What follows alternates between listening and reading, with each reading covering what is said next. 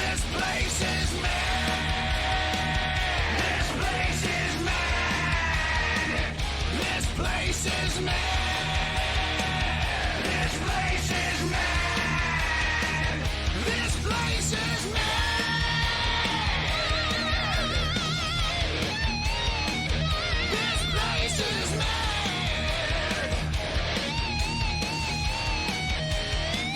This place is mad.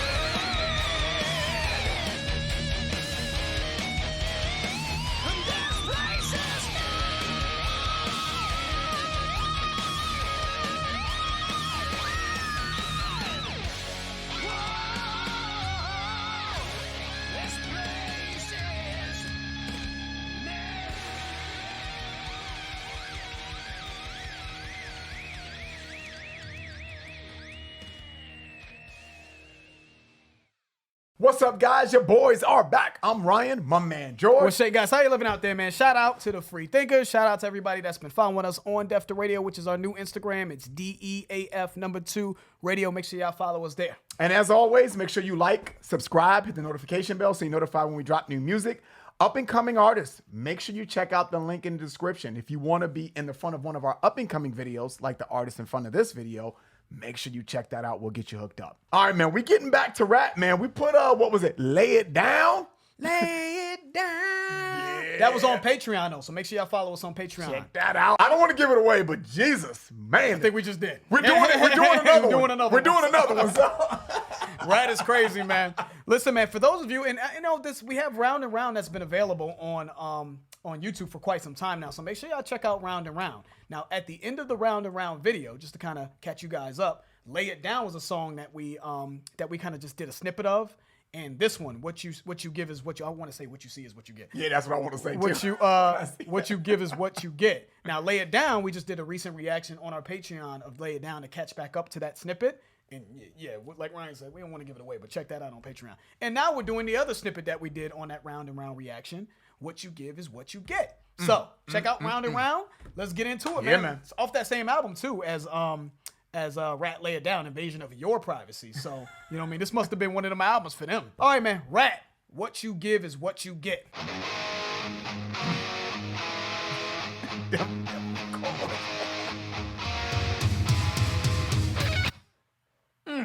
I thought the shit was fucking up. I was like, oh, damn. And you paused it. I thought the shit was fucking up. No, it ain't. Oh, damn. No, already? it ain't. No, I had to pause that because the same shit, it happened with Lay It Down. We just did Lay It Down. Those first beginning riffs, man. Shout out to my man DeMartini. Yeah, Warren DeMartini, bro. He had those intro riffs to Lay It Down. It's the same thing. He's just been consistent. Round and round, the riffs and round are nasty.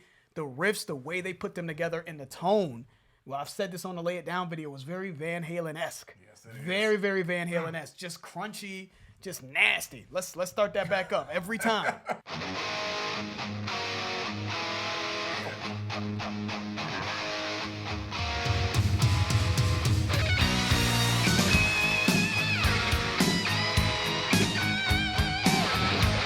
Yeah. I'll make my moves, I'll make them right. I keep it light. I take command of the scene. Because for me, there's no in-betweens. I keep holding on through the night. I keep holding on through the night. 'Cause it's so easy to forget. I love the What groove you that- get. Yeah. It's so easy to forget. You know what, though? Brian, we talking about the riffs because the riffs have always been what we love about Ratt for the most part. They just seem a little bit more, just a smidget. We know this hair metal scene is kind of like the party rock scene, and it's kind of got the reputation for straightforward party rock or whatever the case may be. But Ratt seems to just in my opinion, seems a little grittier, a little heavier, Yeah, I hear a you. little rawer than a lot of the 80s hair metal bands that we've done. And one thing I want to say, because we were talking about the risk, but the one thing I do want to say is I actually enjoyed the way that he's approaching this in terms of his cadence. Yeah, I get You know you. what I'm saying? Yeah. I make the moves. Some tonight. Yeah. You know what I'm saying? I like, because I didn't really necessarily love his cadence as much on Lay It Down. Yeah, I understand. I hear what you're saying. So, you know, the Lay It Down's riffs may have been a smidget, but they're nasty in this one too. But I actually like the riffs and my man's approach cadence-wise on this, the lead singer. So shout out to them. The groove that the riffs have, that the boom boom boom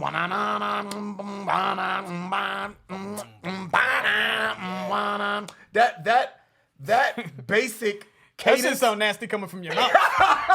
Coming from your mouth, that shit sound nasty, let alone the damn guitar. I really love the way that sounds, man. It gives me a bounce to it. I'm just like, it just gets me in like a nice little rhythm, even though it may not be that difficult. I don't know if it is or if it isn't. But one thing I want to say before we get back to it is, remember at the beginning of this song, when this song first came on and you stopped it, and I thought the song kind of stopped and messed up. But right when the groove came in, there was almost a solo there at the beginning. Yes. There was almost a solo right out the gate that was, yeah. In pocket though. It was in structure of the song, smooth as hell, which is important for me. I really love that shit to stay in pocket. I don't really like some of the off the rail, solos I appreciate, but most of the time I like that to stay in pocket and in rhythm. So I think a lot of people will look over that little solo-esque type of part because it's such a staple in rock and metal music to have your own like solo and go like buck nutty. And I don't really need all that all the time. So far, so good. Ratt is 3 for 3 with us? Yeah, man. And I like the chorus. I do. I think the chorus is catchy because it's so easy to forget. What you see, what you give is what you get. It's easy to forget that what you put out there, right? What you give out, It's karma. come right back to you, man. It's easy to forget that, bro. I like that. Let's keep it going, man. Digging this one. 'Cause it's so easy to forget. What you give is what you get. It's so easy to forget. What you give is what you get.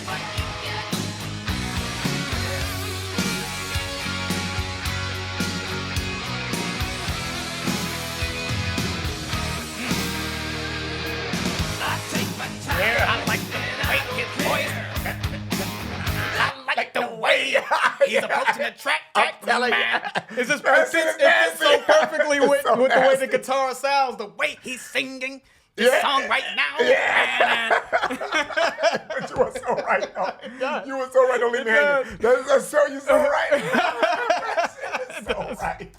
It hits, man. And I believe in Lay It Down, man. I said that I didn't really like Stephen Piercy's voice. And I think that if I heard Stephen Piercy sing a cappella, I would stay with that. But his cadence, his approach on this, and the rawness in his voice with how he sounds with this instrumentation sounds really good. I think it's very fitting for the crunchiness of those riffs. So shout out to Stephen Piercy, man, with his approach vocally on this. I actually really I'm enjoying it.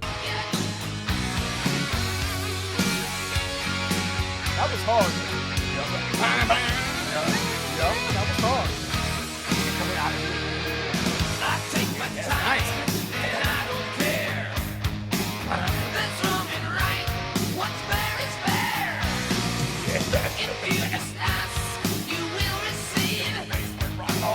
Give me the task, I aim to please. I keep holding on. Yeah. The bridge. Even the bridge.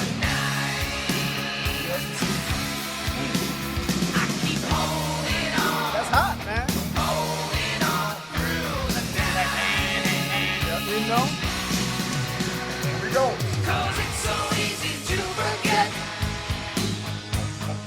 What you give is what you get. It's so easy to forget. What you give is what you get. Yeah, the way that they're Yeah. solo in and out, back into the groove is really nice. Beautiful.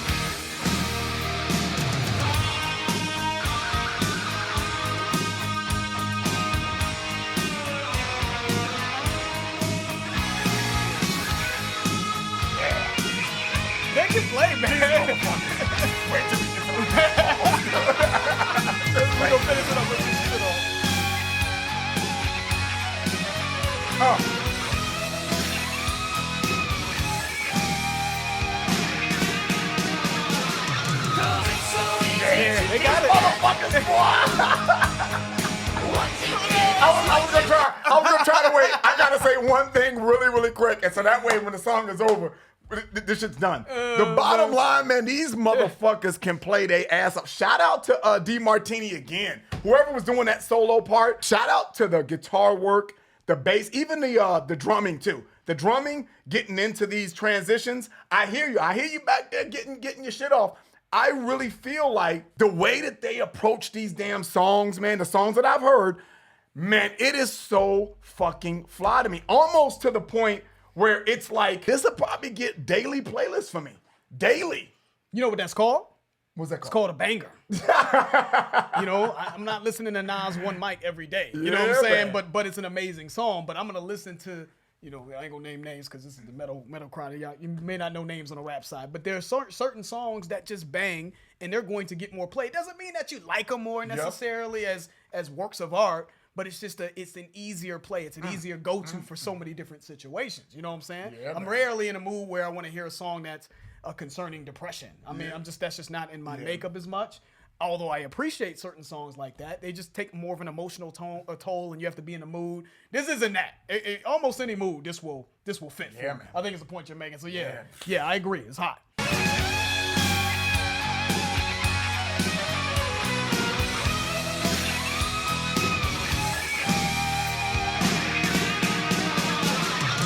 It's so easy to forget. What you give is what you get. It's so easy to forget. What you give is what you get. It's so easy to forget. Yeah. What you give is what you get. It's so easy to forget. Double bass. It's what you get. 'Cause it's so easy to forget. Double bass right in there. What you give is what you get. Yeah, I know. I've been hearing it. That's what I'm saying. That double bass work at the end, towards the end of the song, man. Shout out to the drummer. Some slick little subtle double bass work right in the end there that I think really, you know, he sauced it up with the drumming. And me and Ryan were just talking about, you know, Warren DeMartini, man, just the solo was still, even after the core of the solo was finished, he was still in the background, wasn't in the forefront of the song or the main focus of the song, but he was still just riffing his ass off in the background to carry the song out. This was excellent, man, but I want to go to one part here before we kind of just end it out here. I want to go back to a part. It's so easy to forget. What you give is what you get.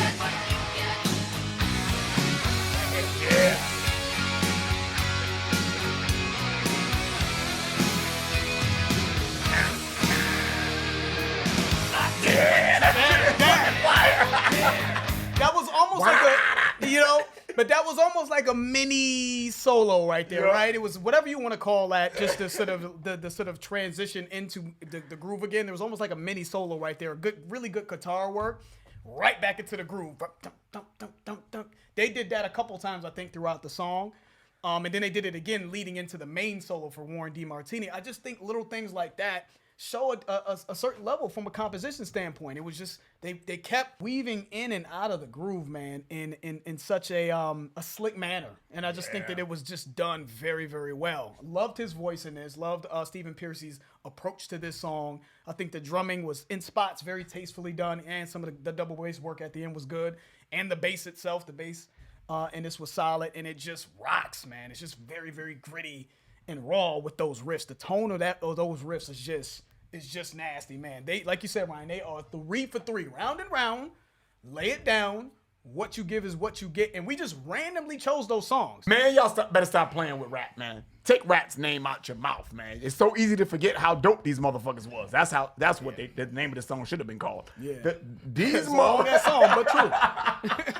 These guys just got it. What this reminds me of is someone doing something incredible, but they mask it with like comedic elements or hair metal or something like that, like Jim Carrey. Jim Carrey is actually pretty fucking talented, but he masks it with like this No pun intended. The mask. Yeah, with goofy elements and stuff like that. So it's easy to discredit someone like His talent. Right. It's easy to overlook his talent. It very is. You could do that like easily, like, oh yeah, he's just a funny guy. Yeah, he's funny, but he's actually pretty fucking talented too. He's brilliant. Though. You know what I'm saying? You know what I'm saying? He's brilliant in how he does what he does. And I feel like Ratt falls into this category when I'm listening to these songs. I'm like, man, I think we have the tendency, especially the metal elitists and the rock people that grew up listening to it, that if it doesn't sound difficult, if you've heard guitar solos and people, you know, the Danny Careys of the world, the drummers and all the, you've heard some really, really technically sound people do some incredible things. It's easy to discredit something like this because it's not that. And that's not always the truth. Put some respect on their name, man. Because the way that they're able to come in and out of these transitions and the way that they're able to play through these chord progressions, it's so effortless to me, the way it sounds anyway. And I love the way that they don't overplay. Because a lot of the bands that we've covered, George, over the years, I do feel like they just get off the rails sometimes. Sometimes I feel like they just go, it's just too much. Because that was the time. I don't need, but I just don't like that. Which personally. I get. I said it once and I'll say it again, bruh. If I was gonna play a guitar, man, that's the way I want my shit to sound. You know, I let all the super technical nerds and can do all this intricate shit. Y'all go ahead and do y'all thing. You know what I'm saying? But I'm gonna be over here with the fly shit. You know what I'm saying? I'm gonna be over here. Yeah, man. Ratt, I think give us some feedback, metalheads. You know what I mean? Because I mean, we have our Patreon community, man. You know, but I like to see what YouTube thinks of Ratt. You know what I mean? And they're just at this time, what was it about Ratt? Were they underrated? Were they rated appropriately? Why weren't they as big as Motley Crue? Yada yada yada. Did they come later? Because I mixed the dates up on when bands came into the scene and when they didn't. But I just feel like they're a little slept on, just a little bit. They're just a little slept on. And I think when I think of Motley Crue and I think of the '80s and I think of Def Leppard, I think of bands that are just over the top. I think Motley Crue. I've watched Motley Crue shows and Tommy Lee was on is up in the air going in a circle drumming, right? And that's incredible. And it's just a lot. And it's just their image, just the outside of the music, man, and how they tore up Sunset Boulevard and fucking up hotel rooms. And so I just think this craziness and over the top was probably a big part of why some of those other bands were successful, in addition to the talent. I'm not saying that. And maybe, I'm not saying Ratt wasn't over the top, but I just think that maybe they didn't have that same ring to them. You know what I mean? Maybe their name didn't ring bells in and outside of music the same way. And they just kind of got bunched in with everyone else. Like, yeah, but Motley Crue's the craziest of the crazy. And, you know, Ratt's just another one. And I think that's probably what it is. Exactly it's like, then probably not as high octane. Because even with some of Motley Crue songs, I'm just like, what is it? Wild Side? Wild Side? It's just a lot, you know? So, and Ratt is just, it's just a slickness to it that I feel like, I don't know, if you're into that high octane, over the top shit, this may not be as impressive to you. But to us, that shit was just, this was slick and smooth, but still heavy and crunchy. Yeah. Excellent. Yeah, man. We might do a Rattathon. Yeah. You know what I'm saying? Rattathon. You know what I mean? While y'all fucking around. You know what I'm saying? Give us some more from Ratt. That's the end of the video. If you guys enjoyed that, please hit the like button. If you haven't subscribed, please subscribe. And also, guys, check out our Patreon channel if you're interested. The link for that will be in the description. I'm George. That's Ryan. Los Vegas. We out.